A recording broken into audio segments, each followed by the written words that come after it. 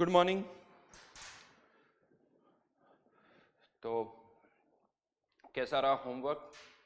DPP number 1 मैंने आपको दी थी, तो डीपीपी नंबर 1 में चलिए कुछ डिस्कस कर लेते हैं।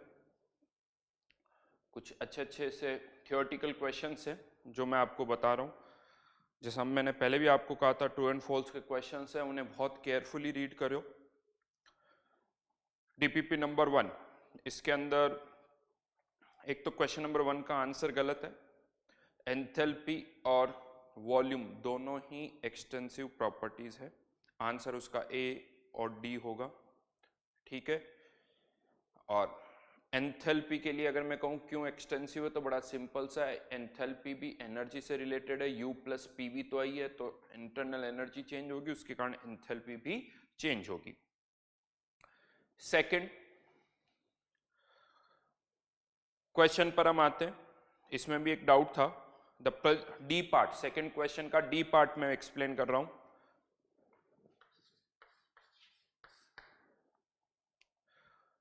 Presence of reactants in a thermos flask or any other closed insulated vessel is an example of a closed system.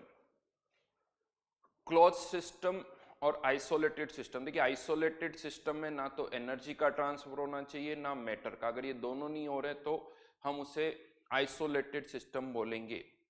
और अगर कोई सिस्टम मैटर ट्रांसफर नहीं कर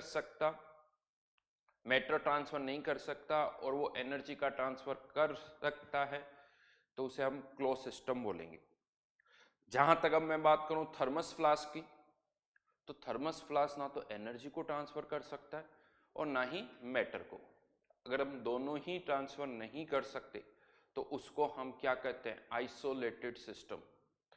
ना तो एनर्जी ना मैटर दोनों ही ट्रांसफर नहीं हो सकते, तो वो आइसोलेटेड सिस्टम कहलाएगा, राइट। और आइसोलेटेड सिस्टम को आप क्लोज सिस्टम नहीं बोलोगे। आइसोलेटेड है जहां एनर्जी और मैटर का ट्रांसफर नहीं हो रहा है, जहां केवल एनर्जी ट्रांसफर हो रही है, वो क्लोज सिस्टम, वो केवल क्लोज सिस्टम होगा। और जहां दोनों ही ट्रांसफर नहीं हो पा रहे हैं, वो आइसोलेटेड है।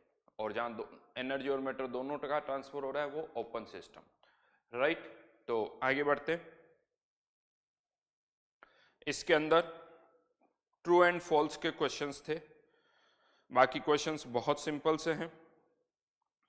जो पॉइंट्स मैंने लिखवाए हैं उनसे आप चेक कर सकते हो। मैं टेबल पर आ रहा हूं जिसमें बहुत सारे ट्रू एंड फॉल्स के क्वेश्चंस थे, और मैंने आपको एक हिंट भी दिया था कि इसमें ज्यादातर जो है वो फॉल्स है। आपको क्या करना है, जो टेबल बनी हुई है उसमें आगे रिमार्क वाला कॉलम है, हर एक क्वेश्चन के आगे लिखना है अगर वो फॉल्स है तो वो क्यों फॉल्स है और उसे ट्रू कैसे बनाया जा सकता है, ये आपको पता होना चाहिए। वो चलिए थर्ड का डी भी मैं बताऊंगा, वेट करिए, थर्ड का डी बता दूंगा।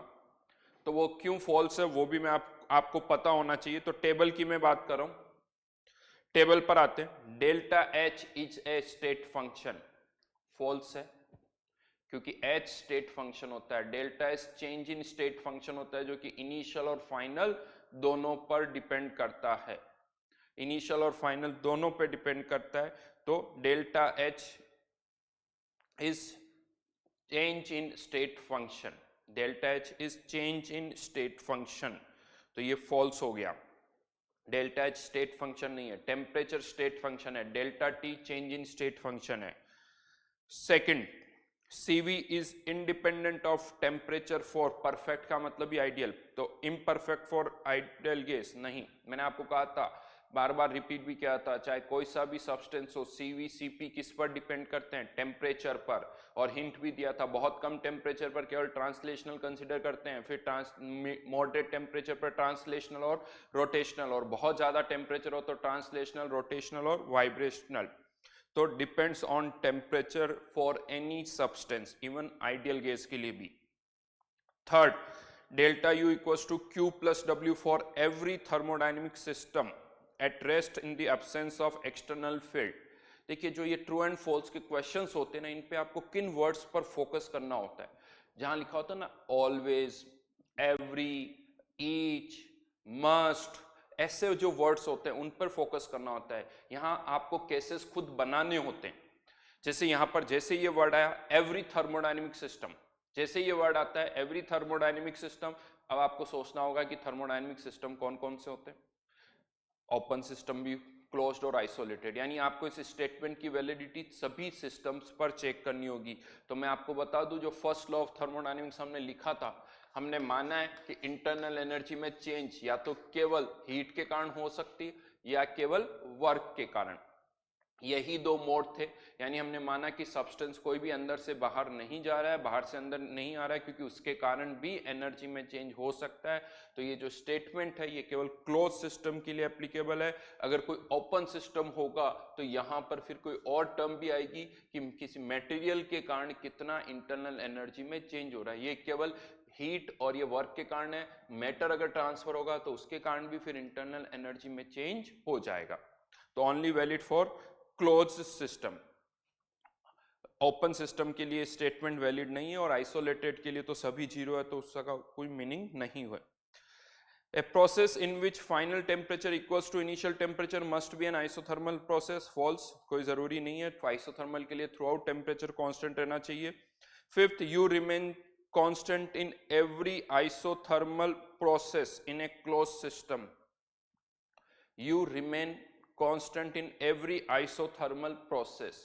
देखिए isothermal process है तो dt 0 या टेम्परेचर कांस्टेंट। टेम्परेचर अगर कांस्टेंट है तो काइनेटिक एनर्जी में कोई चेंज नहीं होगा। लेकिन यहां पर इस पूरे में कहीं सब्सटेंस मेंशन नहीं है, सब्सटेंस नहीं लिखा हो कौन सा है। आइडियल भी हो सकता है, रियल भी हो सकता है, सॉलिड लिक्विड भी हो सकता है। तो अगर सॉलिड या लिक्विड है तो उनकी काइनेटिक एनर्जी भी होती है, पोटेंशियल एनर्जी भी होती है। टेम्परेचर कांस्टेंट है तो काइनेटिक एनर्जी में तो कोई चेंज नहीं होगा, लेकिन पोटेंशियल एनर्जी तो चेंज होती है। अगर आप वॉल्यूम बढ़ाओगे, वॉल्यूम कम करोगे तो पोटेंशियल एनर्जी बदलेगी। तो ये जो स्टेटमेंट है आइडियल गैस के लिए वैलिड है, आइडियल गैस के लिए वैलिड है, बाकी के लिए वैलिड नहीं है। तो statement number 5 is valid for ideal gas. Real और सॉलिड लिक्विड के लिए आप ऐसा नहीं कह सकते हो, उनके लिए ट्रू नहीं है। चाहो तो फॉर्मूले से भी देख सकते हो। ये जो फॉर्मूला हमने लिखा था एनसीवीडीटी वाला, एनसीवीडीटी के केस में भी हमने कहा था यहां से अगर टेम्परेचर कांस्टेंट तो dt 0 du 0 हो जाएगा। बट रियल गैस के केस में हम ये फॉर्मूला तभी यूज कर सकते हैं जब वॉल्यूम कांस्टेंट हो साथ में। Sixth, Q is 0 for every cyclic process. देखिए साइक्लिक प्रोसेस यानी घूम फिर कर वही आ गए तो जो स्टेट फंक्शंस में चेंज होता है वो जीरो होता है। घूम फिर कर वापस मैं यही आ जाऊं तो change in latitude zero, change in longitude zero, क्योंकि ये सब स्टेट फंक्शन है। लेकिन जो पाथ फंक्शन है वो जीरो नहीं होंगे। तो सिक्स जो है वो सिक्स जो है वो फॉल्स है, जीरो नहीं होगा। हाँ सेवंथ जो है, यस अभी तक में जो पहला स्टेटमेंट ट्रू आया वो है seventh, delta U is zero for every cyclic process. या आप कैसे भी घूम फिर के वापस यहाँ आ जाओ, इंटरनल एनर्जी में चेंज जो होगा वो जीरो होगा। एवरी साइक्लिक प्रोसेस, चाहे वो कोई सा भी साइक्लिक प्रोसेस हो, चाहे रिवर्सिबल हो या इरिवर्सिबल हो, घूम फिर कर वापस वहीं आ गए तो इंटरनल एनर्जी में कोई चेंज नहीं होगा, क्योंकि U एक स्टेट फंक्शन है। देन यहां पर at a thermodynamic process is specified by specifying only initial and final state of the system। केवल इनिशियल और फाइनल स्टेट से प्रोसेस डिफाइन नहीं कर सकते। इनिशियल टेम्परेचर और फाइनल टेम्परेचर सेम है तो क्या वो प्रोसेस आइसोथर्मल होगा? कोई जरूरी नहीं है, तो again false. 9 PV work is usually negligible for solid and liquid. देखिए वर्ड बहुत क्लियर है, यूजुअली नेग्लिजिबल। इन जनरल ये नेग्लिजिबल होता है क्योंकि वॉल्यूम में चेंज बहुत कम होता है तो पीडीवी की वैल्यू ऑलमोस्ट जीरो होती है, तो वो जीरो है। क्वेश्चन नंबर 10, ये बड़ा अच्छा सा स्टेटमेंट है। हीट, एनर्जी, वर्क, इनमें डिफरेंस पता होना चाहिए। लिखा हुआ if neither heat nor matter can enter और leave a system, the system that system must be isolated. यहां लिखा हुआ नाइदर हीट, वर्क के बारे में तो कुछ भी नहीं कहा गया। यानी वर्क के फॉर्म में अगर एनर्जी का ट्रांसफर हो रहा है तो फिर वो आइसोलेटेड नहीं हो सकता। तो यहाँ पर मस्ट वर्ड यूज हो रहा है, तो कोई जरूरी नहीं है, क्योंकि वर्क की फॉर्म में एनर्जी का ट्रांसफर हो सकता है। तो यहाँ पर आंसर में अगर होता if neither energy nor matter, if neither energy nor matter, तो वो सिस्टम जो होगा वो आइसोलेटेड होगा। इन क्वेश्चंस को बार बार करो, ये क्वेश्चंस सही सही होने चाहिए, आपको समझ में भी आना चाहिए। देखिए ये ट्रू एंड फॉल्स के क्वेश्चन है, हर जगह आपको जो मैंने बताया था सोचना पड़ेगा कि सब्सटेंस आइडियल है या रियल है, या सॉलिड लिक्विड है, रिवर्सिबल है या इरिवर्सिबल है, क्लोज सिस्टम है या ओपन सिस्टम है या आइसोलेटेड सिस्टम है। ये सारे इफ्स एंड बट्स केसेस आपको खुद क्रिएट करने होंगे। ठीक है, तो ये था last question, true and false. वापस से आ जाते हैं, थर्ड क्वेश्चन का भी एक पूछा था डी पार्ट। थर्ड क्वेश्चन का जो डी पार्ट है, बहुत अच्छा स्टेटमेंट नहीं है, लेकिन फिर भी work appears at the boundary of the system, कोई मतलब तो नहीं है इसका, लेकिन हाँ स्टेटमेंट को ऐसे समझ सकते हो, जो हम वर्क की बात करते हैं वो पीवी वर्क होता है जिसमें वॉल्यूम चेंज होना चाहिए। अगर वॉल्यूम चेंज नहीं हो रहा है तो पीवी वर्क जीरो है, और वॉल्यूम अगर चेंज हो रहा है तो जो बाउंड्रीज है वो मूव करेगी। बाउंड्रीज मूव करती हुई दिख रही तो ऐसा लगेगा कि हाँ वर्क अपीयर हो रहा है, हमें दिख रहा है, हमें दिख रहा है। तो work appears at the boundary, PV work के लिए आप कह सकते हो कि वो दिखता है, समथिंग लाइक दैट। ठीक है,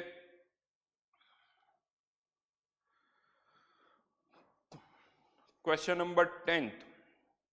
क्वेश्चन नंबर 10th हो सकता है आप लोगों ने कर लिया, लेकिन इसको थोड़ा होल्ड करते हैं। इसमें एक फॉर्मूला जो है वो अभी मैं यूज करूंगा, तो मैं आपको बताऊंगा कि वो फॉर्मूला कैसे आया। तो क्वेश्चन नंबर 10th के लिए होल्ड करो, वो अभी पता चल जाएगा। ठीक है, तो ये तो था डीपीबी। शीट पर आ जाते हैं, शीट में भी मैंने आपको क्वेश्चंस दिए थे।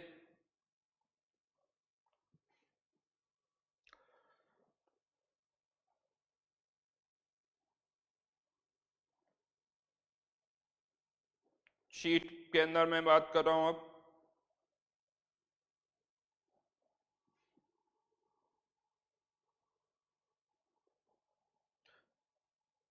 शीट के अंदर कुछ टर्म्स है जो हो सकता है अभी आपको नहीं पता हो कि उनका मीनिंग क्या है। जैसे फ्री एनर्जी किसे कहते हैं, ये जैसे जैसे आएगी पता चल जाएगा। तो अगर अभी टर्म का मतलब नहीं पता है तो भी आप आगे बढ़ जाइए।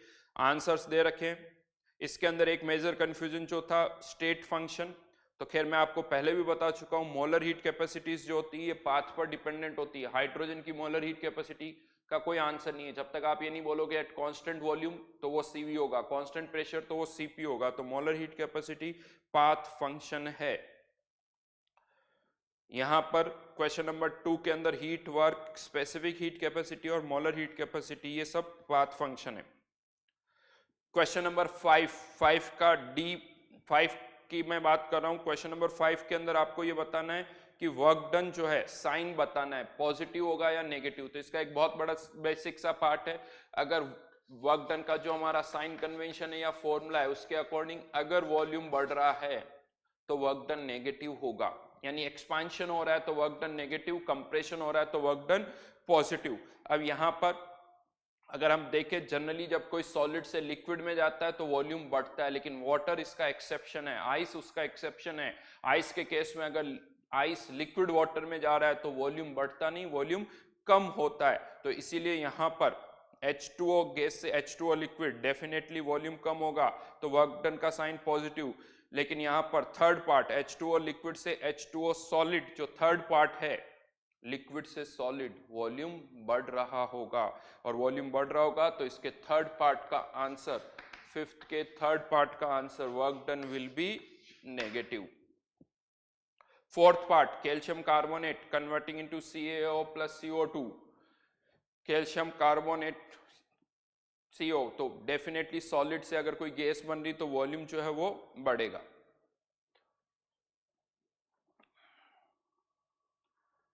राइट, देन आगे बढ़ते हैं।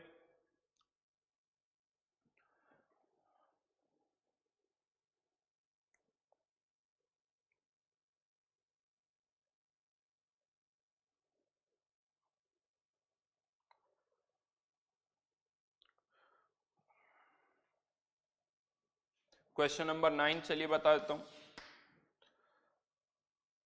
Q की वैल्यू दे रखी है 200 जूल, वर्क डन जो है वो निकालना है हमें -0.5 × 4, चेंज इन वॉल्यूम, तो 2 minus 2 atmosphere litre near by.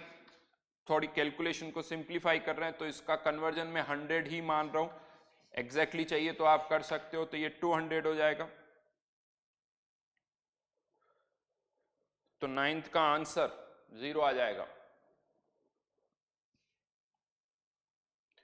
9th का आंसर 0 आ जाएगा, Q प्लस W करोगे तो।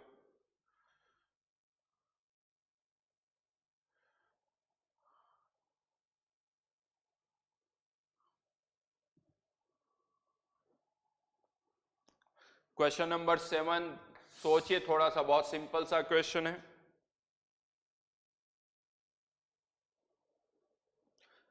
इसके अंदर एक हिंट गिवन है फॉर रिवर्सिबल प्रोसेस। एक रिवर्सिबल प्रोसेस में मैंने कहा था कि अंदर और बाहर के पैरामीटर्स में डिफरेंस बहुत कम होता है, एक्सटर्नल और इंटरनल प्रेशर ऑलमोस्ट सेम होते हैं। तो यहां पर जो फॉर्मूला है P एक्सटर्नल dV, यहां पर आप P एक्सटर्नल की जगह क्या लिख सकते हो, P dV, और उसकी जगह हम क्या लिख सकते हैं, यहां पर दे रखा है K V की पावर 3 इंटू dV। ये किसके लिए लिखा हमने, for reversible process, because for reversible process external pressure equals to internal pressure plus minus dV मैंने कहा था dP, और ये जो dP है ये टेंड्स टू 0 होता है, तो ये ऑलमोस्ट प्रेशर हमेशा ही इसके बराबर होता है।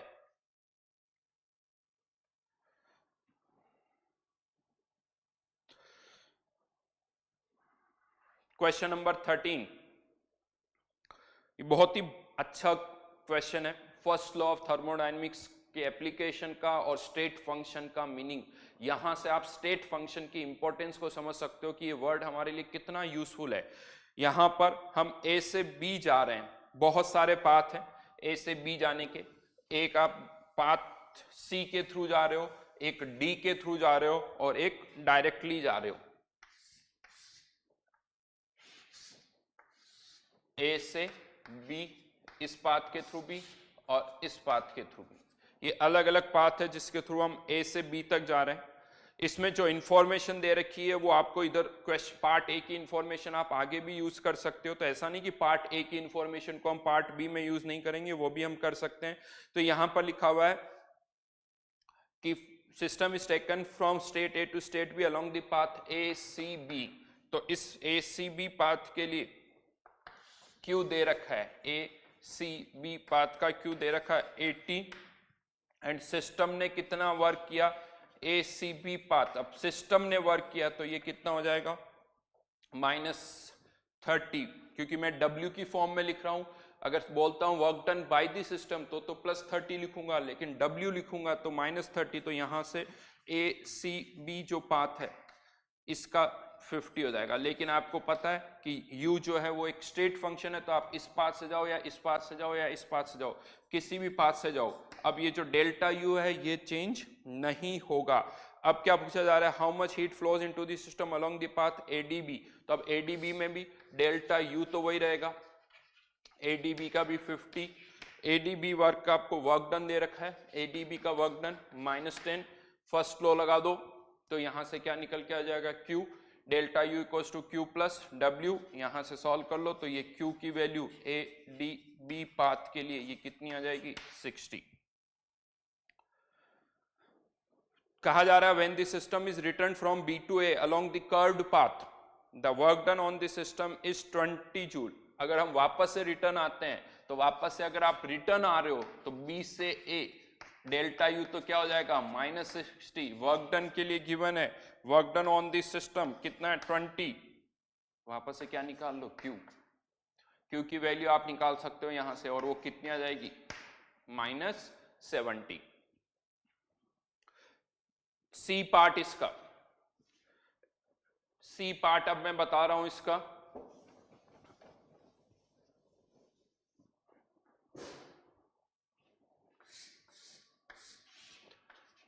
ADB UD टू A, ये डेल्टा U दे रखा है आपको 40 जूल, और ओवरऑल हमें यहां से यहां तक का डेल्टा U पता है कितना, 50। तो ये इस पार्ट का डेल्टा U कितना हो जाएगा, 10। इस पूरे प्रोसेस का वर्क डन हमें कितना दे रखा है -10, और जबकि दिख रहा है यहाँ पर तो वॉल्यूम कांस्टेंट है, तो इस पार्ट का वर्क डन 0 और इस पूरे का वर्क डन -10 है, तो यहाँ पर वर्क डन कितना हो गया -10। यहाँ से भी क्यू निकाल लो, यहाँ से भी क्यू निकाल लो।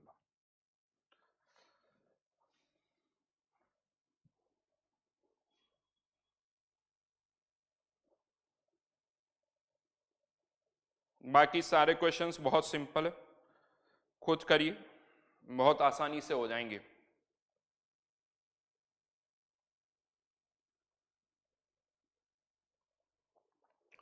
जो 6th पूछ रहे हैं या 11th पूछ रहे हैं, बहुत बेसिक से क्वेश्चन है, फॉर्मूला लगाओ। 11th क्वेश्चन में नहीं बताने वाला हूं, खुद सोचो 11th क्वेश्चन कैसे होगा। 14th भी खुद सोचिए, 14th भी आपको खुद ही सोचना है, थोड़ा सोचिए उसके ऊपर, अपने आप हो जाएगा। आगे बढ़ रहा हूं मैं अभी।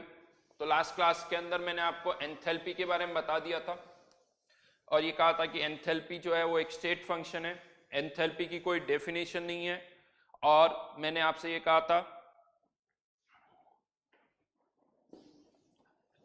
कि ना एंथैल्पी को आप फील भी नहीं कर सकते हो, हाँ एट कांस्टेंट प्रेशर जो हीट ट्रांसफर होता है वो डेल्टा एच के बराबर होता है। तो ये एक ऐसी सिचुएशन है जहां पर थोड़ा बहुत हमें लगता है कि हम डेल्टा एच को देख पा रहे हैं, तो ये आपको याद रखना है। हाँ, कांस्टेंट प्रेशर पर जो हीट ट्रांसफर हो रही है, अंदर से बाहर जो हीट जा रही है, बाहर से अंदर जो हीट आ रही है, उसको आप चेंज इन एंथैल्पी कह सकते हो।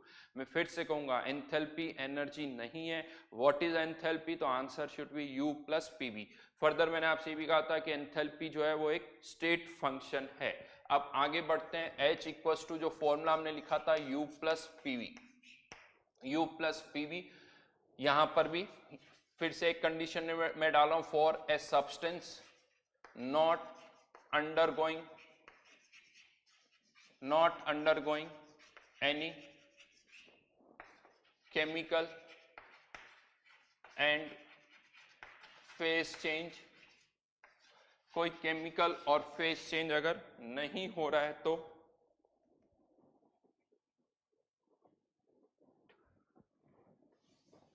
अगर केमिकल और फेज चेंज नहीं हो रहा तो हमें पता है कि इंटरनल एनर्जी कितने वेरिएबल का फंक्शन होगी, दो वेरिएबल, चाहे वो पीवी हो, चाहे पीटी हो, चाहे वीटी।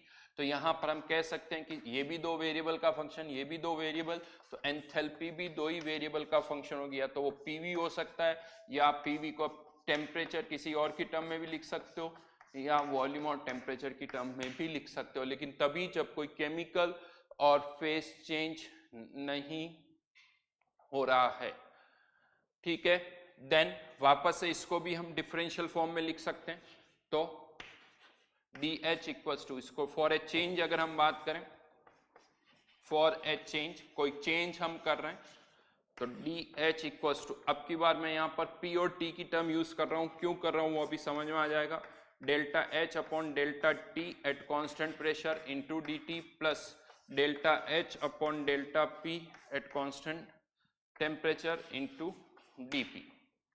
इसमें से एक पैरामीटर आपको पता है, ये आपको पता है।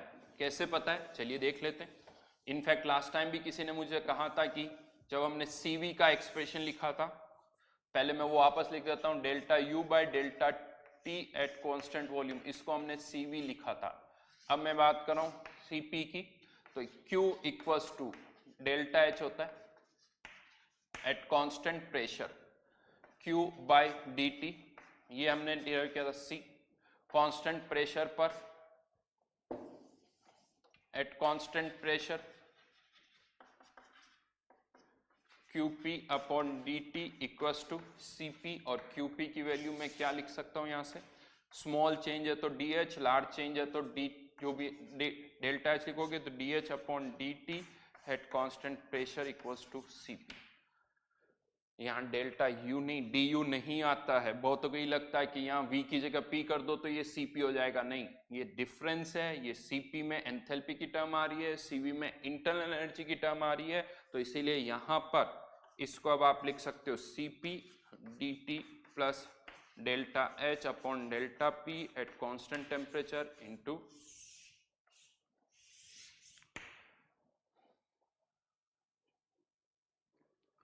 ये हमारे पास इक्वेशन आ गई।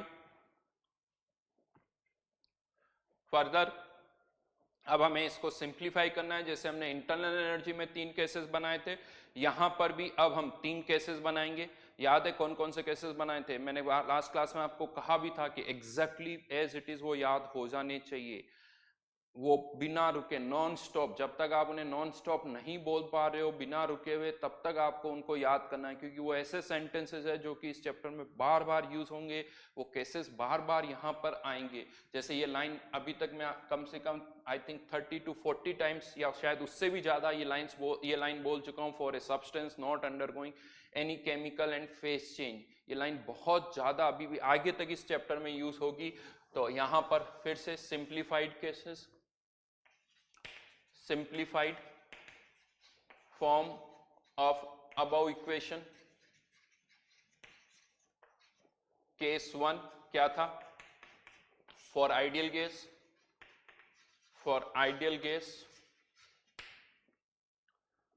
Undergoing any process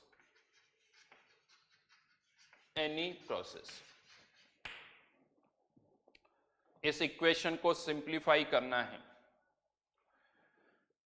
last time मैंने आपसे कहा था कि एक आइडियल गैस के लिए delta U by delta V at constant temperature ये 0 होता है। तो वो सेकंड वाली टर्म 0 हो गई थी, तो क्या ऐसा कह सकते हैं आइडियल गैस के लिए delta H by delta P at constant temperature भी 0? क्या ऐसा बोल सकते हैं? क्या एंथैल्पी जो है टेम्परेचर का फंक्शन होती है? Enthalpy is the function of temperature only. जैसे मैंने कहा था आइडियल गैस के लिए internal energy is the function of temperature only. Ideal gas के लिए internal energy is the function of temperature only, ये हमने प्रूव भी किया था। अब मेरा क्वेश्चन ये है कि क्या enthalpy is the function of temperature only for an ideal gas? क्या ये सही है? Enthalpy is the function of temperature only for an ideal gas।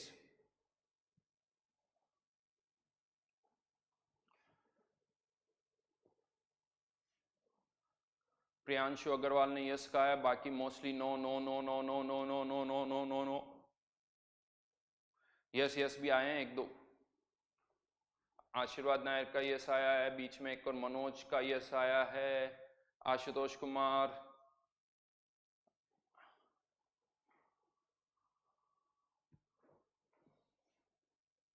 Utkarsh, very good. Bhavesh Gurnani ने एक्सप्लेनेशन भी दिया है।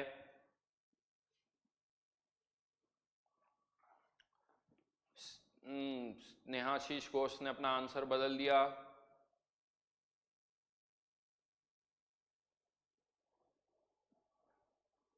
अब यस की फ्रीक्वेंसी बढ़ गई है।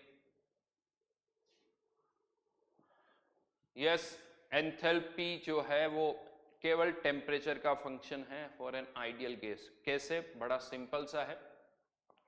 एक आइडियल गैस के लिए पीवी को मैं क्या लिख सकता हूं? एनआरटी। एनआरटी तो ये केवल किसका फंक्शन हो गई? टेम्परेचर का, क्योंकि मोल्स तो चेंज हो नहीं रहे हैं, क्योंकि कोई केमिकल और फेस चेंज नहीं हो रहा है। और अगर आइडियल गैस है तो ये वाली टर्म भी केवल किसका फंक्शन है? टेम्परेचर का, तो ये भी टेम्परेचर का फंक्शन। एनआरटी लिख दोगे तो ये भी टेम्परेचर का फंक्शन, तो एंथैल्पी भी केवल किसका फंक्शन होगी? टेम्परेचर का। तो यस, टेम्परेचर कांस्टेंट है तो एंथैल्पी में कोई चेंज नहीं होगा। तो for an ideal gas enthalpy जो है वो टेम्परेचर का फंक्शन है।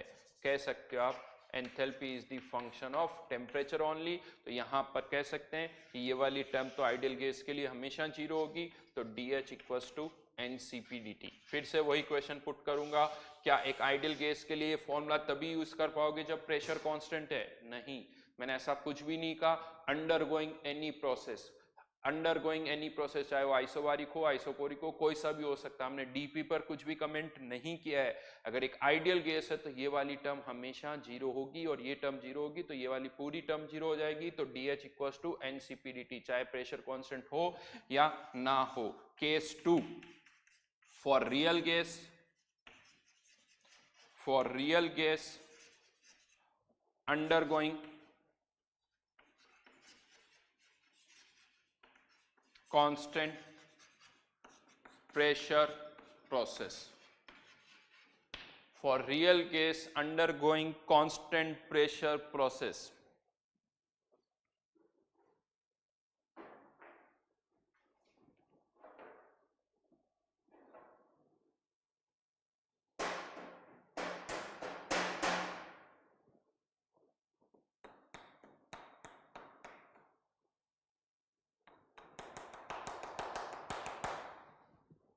For real gas undergoing constant pressure process, एक रियल गैस के लिए फिर से अब एंथैल्पी केवल टेम्परेचर का फंक्शन होगी ऐसा नहीं है, क्योंकि एक रियल गैस के लिए इंटरनल एनर्जी, टेम्परेचर, प्रेशर दो वेरिएबल का फंक्शन है, तो ये भी दो वेरिएबल, वो दो वेरिएबल टेम्परेचर और कुछ भी हो सकता है। तो यहां पर अब एक रियल गैस के लिए delta H upon delta P at constant temperature ये जीरो नहीं होगा,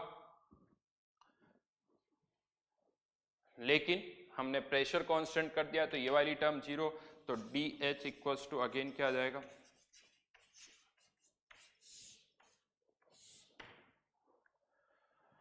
एनसीपी dt। फिर से वही फॉर्मूला, लेकिन वही कंफ्यूजन। एक आइडियल गैस के लिए तो ये चाहे प्रेशर कांस्टेंट हो या ना हो, बट एक रियल गैस के लिए तो ये फॉर्मूला तभी यूज होगा जब प्रेशर कांस्टेंट होगा, बाकी आप ये फॉर्मूला यूज नहीं कर सकते हो। तो एक रियल गैस के लिए फॉर्मूला तभी लगेगा जब प्रेशर कांस्टेंट है। Case 3, for solid liquid undergoing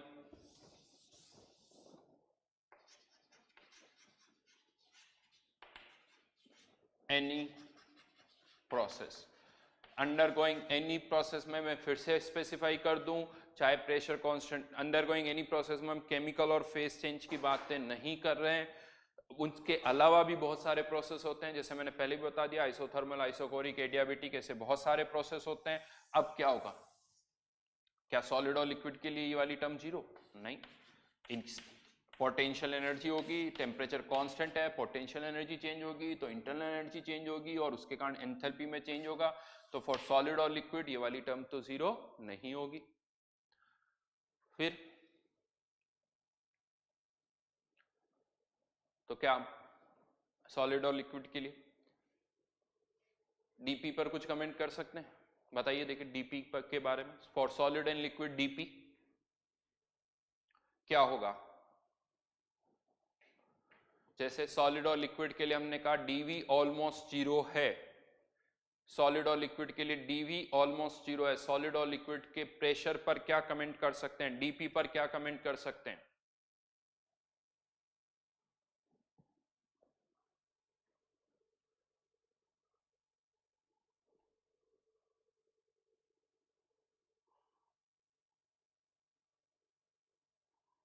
क्या डीपी जीरो, जैसे डीबी जीरो था या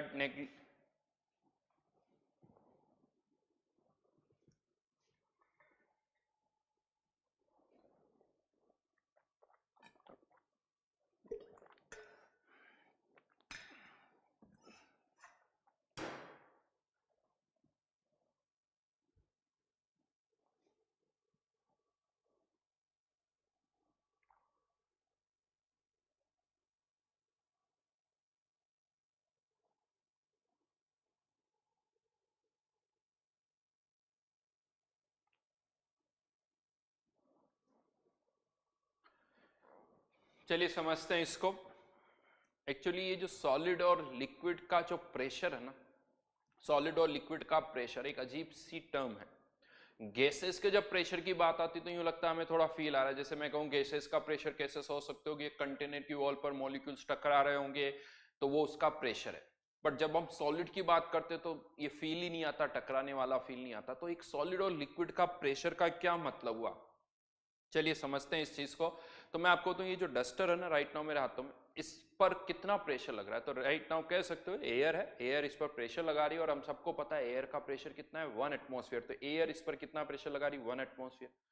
लेकिन क्या इसका शेप चेंज हो रहा है? नहीं हो रहा, शेप तो वही है। इसका मतलब क्या हो रहा है, अगर इस पर का शेप चेंज नहीं हो रहा तो ये उतने ही प्रेशर से इसको अपोज भी कर रहा है।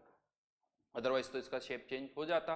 तो यानी यहां पर जितना प्रेशर इस पे लग रहा है उतना ही प्रेशर वापस अपोज भी कर रहा है, इसीलिए इसका शेप चेंज नहीं हो रहा है। यानी यहां पर एक सॉलिड और लिक्विड कितना प्रेशर लगा रहा है, इसे आप ऐसे कह सकते हो, इस पर जितना प्रेशर लग रहा होगा।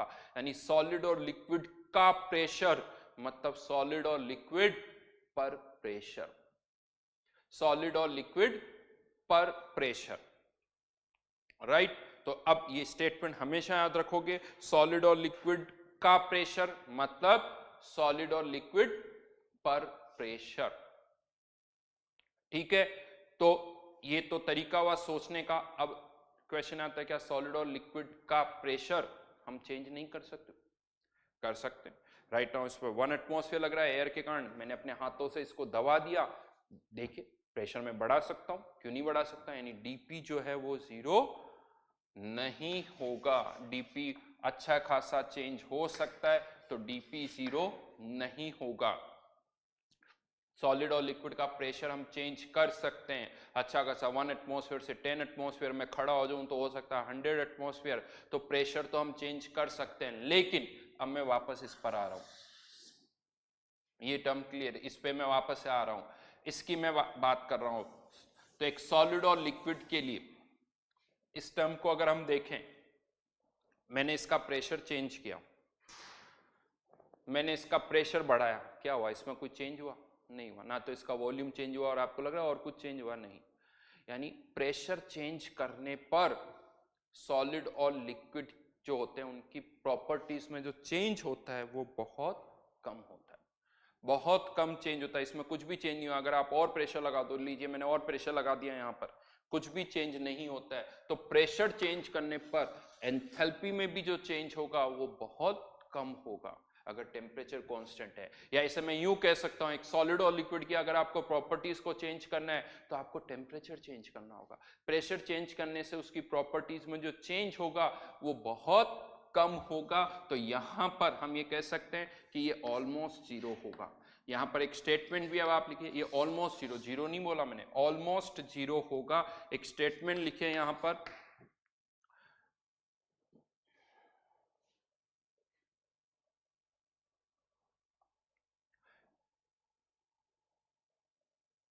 change in properties of a solid, change in properties of a solid oblique liquid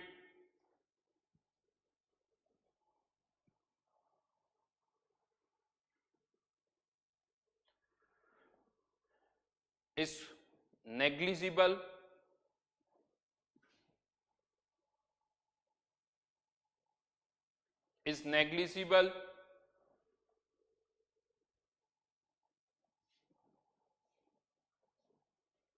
with change in pressure, with change in pressure। एक अच्छा स्टेटमेंट है ये, आगे भी हम यूज करेंगे, बहुत जगह यूज करेंगे इसको, बहुत जगह पर ये स्टेटमेंट यूज होगा। Change in properties of solid and liquid is negligible with change in pressure. यानी सॉलिड और लिक्विड की प्रॉपर्टीज को चेंज करना है तो उसका टेम्परेचर हमें चेंज करना होगा। एक स्टेटमेंट आया सर क्ले होगी तो क्या होगा, पूरा सोच के देखो, क्ले को दबाते हो तो क्या उसका वॉल्यूम कम हो जाता है, इधर उधर वो फैल जाती, दूसरी डायरेक्शन में आपके हाथों से बाहर निकल जाती है। हाँ, लेकिन ये जरूर है क्ले का वॉल्यूम आप कंप्रेस करके कम कर सकते हो, ज्यादा कर सकते हो, तो इसीलिए ये नेग्लिजिबल बोला गया है। जिसका वॉल्यूम में ज्यादा चेंज होगा उसमें चेंज ज्यादा होगा, लेकिन ज्यादातर सॉलिड जैसे ये डस्टर है, टेबल है, इनके वॉल्यूम में कम चेंज हो रहा है प्रेशर के कारण, तो प्रॉपर्टीज में भी चेंज कम होगा। तो सब्सटेंस टू सब्सटेंस वेरी करेगा कि कहीं पर ये वैल्यू बहुत ऑलमोस्ट 0 होगी, कहीं पर थोड़ी पॉजिटिव या नेगेटिव व्हाटएवर कुछ भी हो सकती है। तो for solid and liquid yes हम इसको ऑलमोस्ट 0 मानेंगे, तो DH इक्वल्स टू NCPDT, जिसको मैं फिर से क्या लिख सकता हूं NCDT। और अगर ये 0 नहीं है तो क्वेश्चन में आपको इसकी वैल्यू गिवन होगी, और वैल्यू नहीं गिवन है तो आपको सॉल्व करने के लिए इसको 0 मानना होगा, राइट। तो यहां पर तीनों केसेस में फाइनली हम देखें तो फिर से वही फॉर्मूला आ गया है एनसीपीडीटी एनसीपीडीटी एनसीपीडीटी, लेकिन तीनों के लॉजिक अलग है, तीनों का एक्सप्लेनेशन अलग अलग है। स्पेशली मैं फिर से यहाँ पर कहूंगा एक टर्म जो मैंने आपको बताई थी, सॉलिड और लिक्विड का प्रेशर मतलब सॉलिड और लिक्विड पर प्रेशर, तो इस लॉजिक से आपको यूज करना है। तो फाइनली अब हमारे पास डेल्टा एच के भी फॉर्मूले आ गए, इनको भी उसी तरह से याद करना है जैसे इंटरनल एनर्जी के लिए मैंने आपको बताया था, तो फॉर्मूले आपको याद हो जाने चाहिए, राइट। आगे बढ़ते हैं इसी पार्ट को, लेकिन अभी तक जितने भी फॉर्मूले मैंने यहाँ पर लिखे हैं एंथैल्पी चेंज के और इंटरनल एनर्जी में चेंज के, ये फॉर्मूले तब एप्लीकेबल है जब कोई केमिकल या फेस चेंज नहीं हो रहा है। क्या होगा अगर कोई केमिकल और फेस चेंज हो रहा है तो क्या होगा, कैसे हम डेल्टा एच डेल्टा यू निकालेंगे, तो हेडिंग डालिए रिलेशनशिप बिटवीन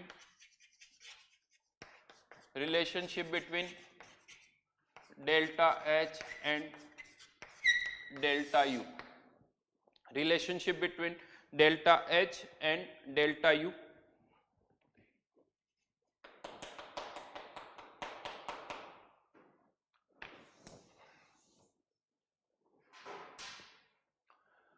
यहां पर अब मैं आपको बता दूं, अगर कोई भी केमिकल रिएक्शन हो रही है उसे हम कांस्टेंट वॉल्यूम पर कर सकते हैं। एट कांस्टेंट वॉल्यूम जो हीट ट्रांसफर होगा वो डेल्टा यू के बराबर होगा, एट कांस्टेंट प्रेशर जो हीट ट्रांसफर होगा वो डेल्टा एच के बराबर होगा। Experimentally heat transfer find out करना आसान होता है, कैलोरीमीटर कंटेनर में एक रिएक्शन करवा दो, कैलोरीमीटर कंटेनर के कारण जो भी आउटसाइड में टेम्परेचर चेंज होगा वो हम फाइंड आउट कर सकते हैं और उससे हम बता सकते हैं कि कितनी हीट बाहर निकली या अंदर गई। तो हीट ट्रांसफर मेजर करना हमारे लिए आसान होता है कंपैरेटिवली। अगर हमें हीट ट्रांसफर पता चल जाए, क्यू पता चल जाए, अगर वो कांस्टेंट वॉल्यूम है तो आप उसे डेल्टा यू कह सकते हो, कांस्टेंट प्रेशर है तो हम उसे क्या कह सकते हैं, डेल्टा एच। मैं आपको यहां पर भी बता दूं, बहुतों को क्या होता है, मैं पूछता हूं कि बताओ डेल्टा यू की वैल्यू क्या होगी, और वहां पर heat transfer at constant volume given होता है तो उन्हें पता ही नहीं चलता है कि डेल्टा यू दे रखा है। अरे heat transfer at constant volume मतलब delta U, heat transfer at constant pressure मतलब डेल्टा एच। अब यहां पर मैं आपको बता दूं कि डेल्टा यू और डेल्टा एच इनमें से कोई एक पैरामीटर तो आपको एक्सपेरिमेंटली ही फाइंड आउट करना होगा, थियोरेटिकली नहीं कर सकते। इन दोनों में से कोई एक पैरामीटर तो आपको एक्सपेरिमेंटली फाइंड आउट करना होगा, चाहे तो heat transfer at constant volume या heat transfer at constant pressure. हाँ, एक पैरामीटर अगर हमें एक्सपेरिमेंटली पता है तो दूसरा पैरामीटर हम थियोरेटिकली फाइंड आउट कर सकते हैं। यानी अगर डेल्टा यू पता है तो डेल्टा एच, या डेल्टा एच पता है तो डेल्टा यू, ये हम थियोरेटिकली कर सकते हैं। कैसे, वो अब मैं बता रहा हूं। तो H equals to U plus PV, ये हमारा फॉर्मूला था फॉर ए चेंज। अगर कोई चेंज हम कर रहे हैं तो delta H equals to delta U plus delta PV. कोई कंडीशन मैंने नहीं पुट की कि प्रेशर कांस्टेंट है, वॉल्यूम कांस्टेंट, कुछ भी नहीं कहा है, फॉर ए चेंज मैंने कहा है। और जब आप ये चेंज की ऐसे बात करते हो तो इसे हम ऐसे भी लिख सकते हैं, चेंज यानी जैसे चेंज इन पीवी मतलब P2 V2 minus P1 V1। यहां से यहां तक ये जो हमने स्टेप्स लिखी है, यहां पर बस मैंने ये बोला फॉर ए चेंज और कुछ भी नहीं कहा। मतलब ये जो फॉर्मूला आया है वो किसी भी चेंज के लिए एप्लीकेबल है, चाहे वो केमिकल चेंज हो, चाहे वो फेस चेंज हो, सबके लिए एप्लीकेबल है। ना मैंने कुछ कहा कि आइडियल है या रियल गैस है या सॉलिड या लिक्विड है, ऐसा भी कुछ भी नहीं कहा है। यानी कोई सा भी चेंज हो, कोई सा भी सब्सटेंस हो, ये फॉर्मूला हर जगह यूज होगा। यानी for any change involving any substance। यहां पर आप नोटिस करना, ये थर्मोडायनेमिक्स के अंदर जब भी मैं कोई फॉर्मूला लिखता हूं उस फॉर्मूले के साथ ये कंडीशंस हर जगह हम लिख रहे हैं। फॉर्मूले अगर आप याद कर रहे हो तो साथ में कंडीशंस पता होनी चाहिए। बिना कंडीशंस पता किए अगर आप फॉर्मूले याद कर रहे हो तो ये किसी काम के नहीं है। कंडीशंस कौन सी, जैसे यहां पर हमेशा मैं पहले भी बता चुका हूं, जब भी चेंज की बात करो आपको पता होना चाहिए कि वो केमिकल फेस चेंज है या कौन सा चेंज है। वो हमें पता होना चाहिए कि हम कौन से चेंज की बात कर रहे थे। जैसे यहां पर जब मैं बात कर रहा था तो मैंने बार बार बोला कि हम किसी केमिकल और फेस चेंज की बात नहीं कर रहे हैं, लेकिन यहां पर मैं कह रहा हूं कि चाहे कोई सा भी चेंज हो और कोई सा भी सब्सटेंस हो, आइडियल हो रियल हो, यानी ये फॉर्मूला आप हमेशा लगा सकते हो, कभी भी ऐसा नहीं कि नहीं लगा सकते। ये फॉर्मूला हमेशा एप्लीकेबल होता है। Delta H equals to delta U plus P2V2 minus P1V1। लेकिन अब यही प्रॉब्लम आती है। प्रॉब्लम क्या आती है? क्वेश्चंस जब आते हैं तो हमारे पास डेल्टा यू गिवन होता है, कहा जाता है डेल्टा एच फाइंड आउट करो, लेकिन P1V1 P2V2 गिवन नहीं होते हैं। हाँ, इसकी जगह कोई और इंफॉर्मेशन गिवन होती है, और अब कोई और इंफॉर्मेशन अगर गिवन है तो उसको हमें कन्वर्ट करना होगा, उन पैरामीटर्स को यूज करना है तो इसको रीअरेंज करना होगा। और जैसे ही अब हम इसको रीअरेंज करते हैं तो इसके अंदर कुछ ना कुछ कंडीशंस आ जाती। कंडीशंस क्या आती है वो अगेन अब मैं यहां पर डिस्कस कर रहा हूं। तो फिर से यहां पर कंडीशंस अब आ रही है, इसी को हम फर्दर सिंप्लीफाई कर रहे हैं। केस 1 फॉर ए सब्सटेंस लिखते जाओ आगे, not undergoing any chemical and phase change. फिर से आ गई ये लाइन, बहुत बार आएगी, अभी भी मैं आपको बता दूं। Not undergoing any chemical and phase change. अब केमिकल और फेज चेंज तो नहीं हो रहा है, हो क्या रहा है? तो प्रेशर, वॉल्यूम, टेम्परेचर में चेंज। लेकिन अब आप फिर से कह सकते हो सर आपने ये तो बताया नहीं कि आइडियल है या रियल है या सॉलिड या लिक्विड है। चलिए ए पार्ट, यानी फिर से 3 पार्ट और बना लेंगे। पहला part for ideal gas, undergoing any process, delta H equals to delta U plus del. Ideal gas है तो PV की जगह क्या लिख सकता हूं? nRT। केमिकल और फेस चेंज नहीं हो रहा है तो मोल्स भी चेंज नहीं होंगे, N कांस्टेंट। तो चेंज किस में हो सकता है? टेम्परेचर में। तो ओपन कर दिया NR डेल्टा T। यानी अगर केमिकल और फेस चेंज नहीं हो रहा और आइडियल गैस है तो P2V2 माइनस P1V1, इसकी जगह आप ये भी लगा सकते हो NRT2 माइनस T1। यानी मोल्स पता होने चाहिए, इनिशियल और फाइनल टेम्परेचर पता होना चाहिए। तो आप यहां से भी फाइंड आउट कर सकते हो NR डेल्टा T से। लेकिन ये फॉर्मूला तभी लगेगा जब सब्सटेंस आइडियल गैस है और कोई केमिकल और फेस चेंज नहीं हो रहा है। यानी आप डिफरेंस देखिए, ये फॉर्मूला हर जगह यूज लगा सकते हो लेकिन ये हर जगह नहीं लगा सकते हैं। अब बहुत बार क्या होता है हमारे माइंड में ये फिट होता है PV इक्वल्स टू nRT तो हर जगह यूज हो रही है, नहीं। इवन फिजिक्स और केमिस्ट्री में डिफरेंस एक और मैं बता दूं, फिजिक्स में जो सारा आप स्टडी करते हो वो पूरा आइडियल गैस के लिए ही स्टडी करते हो। केमिस्ट्री में ऐसा नहीं है, तो उस थॉट से बाहर निकलना होगा। हर जगह PV इक्वल्स टू nRT नहीं लगा सकते हो, और जहां लगा रहे हो तो माइंड में आना चाहिए कि हाँ हम आइडियल गैस की बात कर रहे हैं। साथ में यहाँ पर मैंने एक और कंडीशन भी डाल दी, कोई केमिकल और फेस चेंज नहीं होना चाहिए। तो ये फॉर्मूला आप लगा सकते हो। और यहीं से इसी फॉर्मूले से एक और फॉर्मूला भी हम डिराइव कर सकते हैं। कौन सा? Cp equals to CV plus R। कैसे आएगा वो बताता हूं। बट अब आप देखिए इंटरेस्टिंग पार्ट देखिए, किस तरह से सारी कंडीशंस मैचअप हो रही है, मतलब मैच कर रही है। जैसे यहां पर एक आइडियल गैस की कंडीशन डाल दी, पहले कह दिया कोई केमिकल और फेस चेंज नहीं हो रहा है। हाँ, लेकिन चाहे वो प्रेशर कांस्टेंट हो सकता है, वॉल्यूम कांस्टेंट हो सकता है, कुछ भी हो सकता है, लेकिन एक आइडियल गैस है तो delta H equals to NCP/dt हमेशा लिख सकता हूँ always. Delta U equals to NCV delta T हमेशा लिख सकता हूँ। DT या डेल्टा T, चलिए डेल्टा T लिख देता हूँ। स्मॉल चेंज है तो DT, लार्ज चेंज है तो delta T equals to NR delta T। N delta T Cp equals to CV plus R। हाँ, लेकिन ये फॉर्मूला तभी यूज कर पाओगे जब आइडियल गैस है। रियल गैस के लिए ये फॉर्मूला यूज नहीं कर पाओगे। तो Cp equals to CV plus R, ये फॉर्मूला हम यहां पर यूज कर सकते हैं। तो ये तो हुआ आइडियल गैस के लिए। यहां पर मैं आपको बता दूं, रियल गैस के लिए हम PV को रिप्लेस नहीं कर सकते। तो रियल गैसेस के लिए कोई सिंप्लीफिकेशन नहीं है। अगर रियल गैसेस है तो आपको यही फॉर्मूला यहाँ पर यूज करना होगा और कोई ऑप्शन नहीं होगा।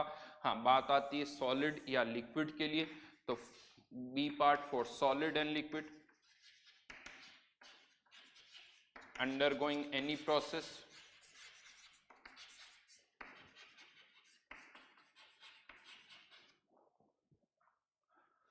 सॉलिड और liquid undergoing any process, delta H equals to delta U plus delta PV। PV को भी अब वापस एनआरटी नहीं लिख सकते क्योंकि सॉलिड और लिक्विड है, लेकिन अब मैं यहां पर वापस अच्छी तरह से सुनना, एक सॉलिड और लिक्विड के लिए हम ये कहते हैं कि कुछ भी चेंज करने पर उनके वॉल्यूम में चेंज बहुत कम होता है। एक स्टेटमेंट में ये दिया था, वॉल्यूम में चेंज बहुत कम होता है, प्रेशर राइट, वॉल्यूम ऑलमोस्ट क्या रहता है, कांस्टेंट। ये एक स्टेटमेंट था। लेकिन एक और स्टेटमेंट अब ये मैं दे रहा हूं, एक सॉलिड और लिक्विड का जो वॉल्यूम होता है ना वो भी बहुत कम होता है। गैसेस के कंपैरेटिवली अगर आप देखोगे तो वॉल्यूम जो होता है वो बहुत कम होता है। वाटर की बात करें, 1 मोल अगर वाटर है, गैसेस स्टेट में है, नॉर्मल कंडीशन पे बात करें 1 एटमॉस्फेयर 273 पे भी बात करोगे तो 22.4 लीटर इसके आसपास, लेकिन वही अगर लिक्विड है तो हार्डली 18 ml, यानी वॉल्यूम बहुत कम होता है। तो सॉलिड और लिक्विड का एक तो वॉल्यूम में चेंज बहुत कम होता है, ये एक अलग स्टेटमेंट है। दूसरा स्टेटमेंट, सॉलिड और लिक्विड का वॉल्यूम भी बहुत कम होता है। और यहां पर जब हम पी की बात कर रहे हैं, बेसिकली क्या करें, P2V2 माइनस P1V1, तो आप सॉलिड और लिक्विड अगर है तो उसके वॉल्यूम को किससे मल्टीप्लाई कर रहे हो, प्रेशर से, और फिर उसका हम क्या ले रहे हैं, डिफरेंस।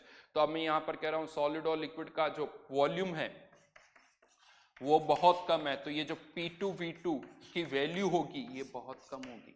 क्योंकि वॉल्यूम बहुत कम है तो P इंटू वी का प्रोडक्ट भी बहुत कम होगा, तो P इंटू वी में जो चेंज होगा वो भी बहुत कम होगा।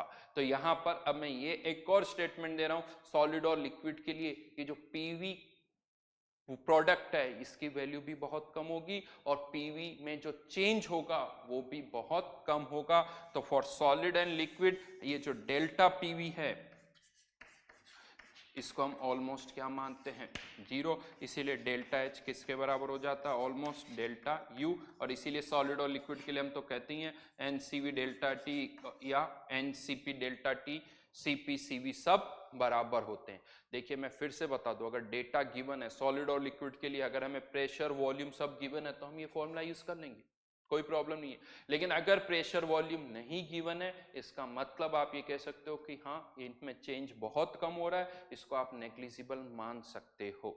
इनफैक्ट बहुतों ने एक शीट में क्वेश्चन भी पूछा था, 14th क्वेश्चन जो आप पूछ रहे थे, उसमें एक दो ने पूछा था कि सॉलिड का वॉल्यूम क्या है। आप वॉल्यूम कंसिडर करके तो देखो, वहां पर उसको कंसिडर करो या ना करो उसका कोई इफेक्ट नहीं आ रहा है, क्योंकि गैसेस के रेस्पेक्ट में उस सॉलिड का जो वॉल्यूम था वो बहुत कम था। वो क्वेश्चन इसीलिए आपको दिया गया, क्वेश्चन नंबर 14, आप उसके अंदर करना कुछ नहीं, वहां पर भी आपको यही चीज करनी है। लेकिन जब आप वहां पर ये निकालोगे सॉलिड और लिक्विड का वॉल्यूम, क्योंकि डेल्टा भी आपको निकालना है और उसके अंदर वो वॉल्यूम बहुत कम आएगा। तो फॉर सॉलिड एंड लिक्विड हम इसको नेग्लेक्ट कर सकते हैं। जब भी मैं नेग्लेक्ट करने की बात करता हूं, ये 0 नहीं है बट नेग्लेक्ट कर रहे हैं, और अगर आपको डेटा गिवन है तो आप ये फॉर्मूला लगा सकते हो। तो याद रखना फॉर सॉलिड एंड लिक्विड हम इसको 0 मान रहे हैं। तो ये तो था जब कोई केमिकल और फेज चेंज नहीं हो रहा है। आते हैं सेकंड पार्ट पर, for a chemical and phase change.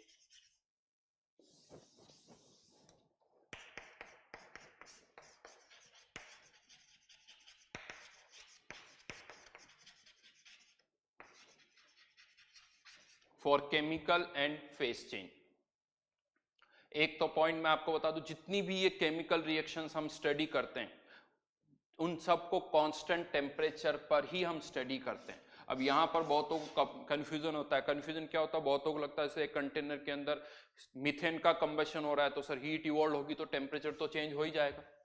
देखिए टेम्परेचर अपने आप कांस्टेंट नहीं रहता है, टेम्परेचर हमें कांस्टेंट रखना पड़ता है। जैसे यहाँ पर कोई रिएक्शन हो रही है, यहाँ पर कोई रिएक्शन हो रही है, यहाँ पर कंटिन्यूसली वाटर फ्लो किया जाता है, वाटर फ्लो किया जाता है। जो भी टेम्परेचर आपको मेंटेन करना हो 25 डिग्री, 30 डिग्री, 50 डिग्री, लेट से 50 डिग्री पर, तो आपको कंटिन्यूसली वाटर फ्लो करना होगा ताकि टेम्परेचर जो है वो यहाँ पर कांस्टेंट रहे। तो टेम्परेचर अपने आप कांस्टेंट नहीं रहता। किसी भी एक्सोथर्मिक रिएक्शन हो या एंडोथर्मिक रिएक्शन हो, अगर एक्सोथर्मिक है अंदर हीट प्रोड्यूस हो रही है, वो हीट बाहर आ जाएगी, यहाँ का टेम्परेचर क्या रहेगा, कांस्टेंट। तो ये कांस्टेंट रखना पड़ता है। बहुतों के माइंड में ये फिट होता है कि एक्सोथर्मिक है तो टेम्परेचर तो बढ़ेगा, नहीं, क्योंकि वो हीट ही हम बाहर निकाल रहे हैं, टेम्परेचर को कांस्टेंट रख रहे हैं। तो जितनी भी केमिकल रिएक्शंस है, ये पिक्चर एक तो बना सकते हो, याद रखना। और जब भी हम रिएक्शन करेंगे टेम्परेचर हम कांस्टेंट रखते हैं, तभी उनको स्टडी किया जाता है। टेम्परेचर वेरी कर रहा है तो फिर हमारे कोई भी फॉर्मूले वहां नहीं लगेंगे।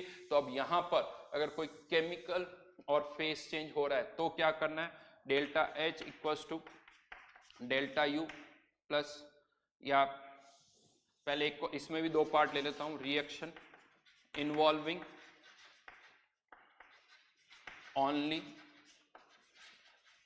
गैसेस, केवल गैसियस सब्सटेंस ही इन्वॉल्व है, केवल गैसियस सब्सटेंस ही इन्वॉल्व है। तो यहां पर delta H equals to delta U plus delta PV, ये तो फॉर्मूला हमारा था ही। अब देखिए गैसेस रिएक्ट कर रही है तो सही बात है कि वो आइडियल गैस तो नहीं है, क्योंकि वो रिएक्ट नहीं करती है। लेकिन अब यहाँ पर हम कुछ अप्रोक्सीमेशन करेंगे। अगर हमें कुछ फर्दर फॉर्मूले को सिंप्लीफाई करना है, यानी जो फॉर्मूला हमारा था delta H equals to delta U plus P2V2 minus P1V1, या तो हमें वही फॉर्मूला यूज करना होगा, और अगर उसको सिंप्लीफाई करना है तो दो गैसेस आइडियल नहीं है, लेकिन हम ये मान रहे हैं कि उनके लिए अभी भी हम PV इक्वल्स टू nRT से कैलकुलेशन कर रहे हैं, जो कि सही नहीं आएगी PV, लेकिन फिर भी हम PV इक्वल्स टू nRT को यूज कर रहे हैं। तो यहां पर गैसेस आइडियल नहीं है, लेकिन फिर भी गैसेस के लिए हम कौन सी इक्वेशन यूज कर रहे हैं, PV इक्वल्स टू nRT। अब यहां पर मैंने कह दिया टेम्परेचर तो कांस्टेंट है, टेम्परेचर चेंज नहीं हो रहा, लेकिन केमिकल रिएक्शन होगी तो गैसेस के मोल्स बढ़ भी सकते हैं, कम भी हो सकते हैं, तो मोल्स चेंज हो रहे हैं। तो यहां पर मैंने क्या लिख दिया, delta N, delta H equals to delta U plus delta N, और यहाँ पर सिंस केवल गैसेस की हम बात कर रहे हैं तो यहाँ पर इसको लिख दिया जाता है डेल्टा NG, जो कि मेनली किसको हाईलाइट कर रहा है, change in moles of gas. Yes, अगर कोई केमिकल और फेस चेंज हो रहा है तो ये एक और फॉर्मूला हमारे पास आ गया, लेकिन मैं आपको बता दूं ये तभी यहाँ अप्रोक्सीमेशन हमने किया है, गैसेस को आइडियल माना है। तो अगर आप जब तक P2V2 माइनस P1V1 ये फॉर्मूला यूज कर पा रहे हो तब तक उसी को करो, अगर वो डेटा नहीं गिवन है तो आपको ये फॉर्मूला यूज करना है। लेकिन हाँ, यहाँ पर अब आप कह सकते हो सर ये फॉर्मूला तो तभी लगेगा जब गैसेस हो। क्या होगा अगर सॉलिड और लिक्विड भी इन्वॉल्व है, तो if solids oblique liquid is also involve, अगर सॉलिड और लिक्विड भी इन्वॉल्व है तो क्या होगा, तो यहां पर मैं फिर से आपको बता दूं, अगर सॉलिड और लिक्विड भी इन्वॉल्व है तो कर क्या रहे हैं, P2V2 minus P1V1, initial volume into initial pressure, final volume multiplied by final pressure और इसका डिफरेंस। अब इमेजिन करिए कंटेनर के अंदर इनिशियली कोई सॉलिड भी है और गैसेस भी है, और सॉलिड और गैसेस दोनों साथ में, और इनिशियल वॉल्यूम आपको निकालना है, तो मेनली वॉल्यूम किसके कारण होगा, गैसेस के कारण। सॉलिड का वॉल्यूम तो उसके रेस्पेक्ट में बहुत कम होगा, तो आप सॉलिड के वॉल्यूम को क्या कर सकते हो, नेग्लेक्ट, यानी सॉलिड के वॉल्यूम को ही आपने नेग्लेक्ट कर दिया, मतलब एक तरह से सॉलिड को आपने क्या कर दिया, नेग्लेक्ट। मतलब क्योंकि सॉलिड का वॉल्यूम बहुत कम होता है तो उसके लिए PV की टर्म भी बहुत कम होगी, आप उसको नेग्लेक्ट कर सकते हो, यानी केवल किसको कंसिडर करना है आपको, गैसेस को ही कंसिडर करना है। तो यहां पर भी हम सॉलिड और लिक्विड को नेग्लेक्ट कर रहे हैं, क्योंकि उनके लिए ये जो PV की टर्म होगी वो बहुत कम होगी। तो फॉर सॉलिड, अगर सॉलिड और लिक्विड इन्वॉल्व भी है तो आपने उनको नेग्लेक्ट कर दिया, केवल गैसेस को ही हम कंसिडर कर रहे हैं, और गैसेस को फिर से हम क्या मान रहे हैं, आइडियल। तो यहां पर उसकी जगह PV की जगह क्या लिख दिया, nRT, फिर से वही फॉर्मूला आ गया, delta H equals to delta U plus delta NG/RT, यानी वही फॉर्मूला फिर से आया है। तो आप चाहो तो इन दोनों केसेस को मर्ज कर सकते हो, अलग अलग बोलने की जरूरत नहीं है, बस माइंड में ये रखो कि अगर कंटेनर में इस तरह से सॉलिड गैसेस के साथ सॉलिड और लिक्विड है तो हम उनको नेग्लेक्ट कर देंगे, क्योंकि उनके लिए P इंटू V का प्रोडक्ट बहुत कम आता है, तो आप उनको नेग्लेक्ट कर सकते हो। तो यहां पर फाइनली अगर हम बात करें तो हमारे पास शॉर्ट, अगर समराइज में इसको करूं तो तीन फॉर्मूले हमारे पास आ गए, delta H equals to delta U plus P2V2 minus P1V1। Yes, ये एक यूनिवर्सल फॉर्मूला है, यूनिवर्सल फॉर्मूला है, हमेशा लगेगा। और मैं आपको बता दूं, अगर क्वेश्चन इससे सॉल्व हो रहा है तो कोई दिमाग लगाने की जरूरत ही नहीं है, फिर सोचो ही मत आइडियल है, रियल है, केस 1 है, केस 2 है, हमेशा इसको यूज करना है, क्योंकि इसके अंदर कोई कंडीशन नहीं है, ये फॉर्मूला हमेशा सही आंसर देगा, इससे आंसर गलत नहीं आ सकते। हाँ, सोचना कब है, जब P2V2 माइनस P1V1 नहीं दे रखा है। अगर P2V2 माइनस P1V1 नहीं दे रखा है, कोई केमिकल और फेस चेंज नहीं हो रहा है, तो delta H equals to delta U plus NR delta T, ये दूसरा फॉर्मूला हो गया। और जब केमिकल और फेस चेंज हो रहा है तो ये हमारे पास हो गया तीसरा फॉर्मूला। ये तीन फॉर्मूले हैं जो कि आपको 1, 2, 3 विथ कंडीशन आपको याद रखने हैं। हमेशा, और इसमें सबसे हाई प्रायोरिटी पर ये है, इससे सॉल्व हो रहा है तो इसके बारे में नहीं सोचना है। और मैं आपको बता दूं जेई के अंदर अगर आप पिछले कुछ सालों के 15 सालों के पेपर देखोगे तो इस पर बहुत सारे क्वेश्चंस आए हैं, और वो क्वेश्चंस मेनली इसी पॉइंट पर थे कि कौन सा फॉर्मूला आप यूज करो। क्योंकि हमारी आदत क्या होती है, अभी हम जब शीट भी सॉल्व करेंगे तो मोस्टली क्वेश्चन आइडियल केसेस पर होते हैं शीट में भी, क्योंकि ज्यादातर उसी पर बनते हैं। तो हमें ऐसा लगता है कि ये फॉर्मूले हमेशा लगा सकते हैं, हमें ऐसा लगता है डेल्टा एनजीआरटी या एनआर डेल्टा टी हमेशा लगा सकते हैं, इसकी प्रैक्टिस हम कम करते हैं। जबकि अगर क्वेश्चन के अंदर ये डेटा गिवन है तो हमेशा हमें यही फॉर्मूला यूज करना चाहिए, राइट। तो ये 3 फॉर्मूले, फिर से मैं कहूंगा लेक्चर को बार बार सुनो, जो मेरी बातें हैं। अच्छी बात क्या है कि आप लेक्चर को वापस सुन सकते हो, तो इनको रिपीट कर करके सुनो ताकि मेरी लैंग्वेज आपको समझ में आए। क्लास, ऑफलाइन क्लास से एक अच्छी बात यहाँ पर क्या है, अगर आपने मेरी बातें, क्योंकि स्पीड में मैं बोल रहा हूँ तो बहुत सारी बातें हो सकता है सर सुनी लेकिन फिर से दिमाग में निकल गई, आप वापस से वीडियो लेक्चर को सुन सकते हो। बट ये सारी बातें जो मैं आपको बता रहा हूँ बहुत इंपॉर्टेंट है, इनको समझना होगा, ये लैंग्वेज समझनी होगी। जितनी ज़्यादा लैंग्वेज सोचोगे समझ पाओगे, क्लियरिटी उतनी ही ज़्यादा होगी। मैथमेटिकल पार्ट भी है लेकिन साथ में अच्छी खासी लैंग्वेज भी है, ठीक है। तो ये था पार्ट। होमवर्क जो है, होमवर्क में आपको अभी टाइम हो गया, होमवर्क में आपको जो ग्रुप्स बने हुए हैं उन ग्रुप्स पर मैं आपको क्या होमवर्क है वो बता दूंगा, और उन्हीं ग्रुप्स पे सारे आंसर्स भी हैं, सब कुछ इसके अंदर है, तो वो आपको वहां से पता चल जाएंगे, ठीक है। Thank you.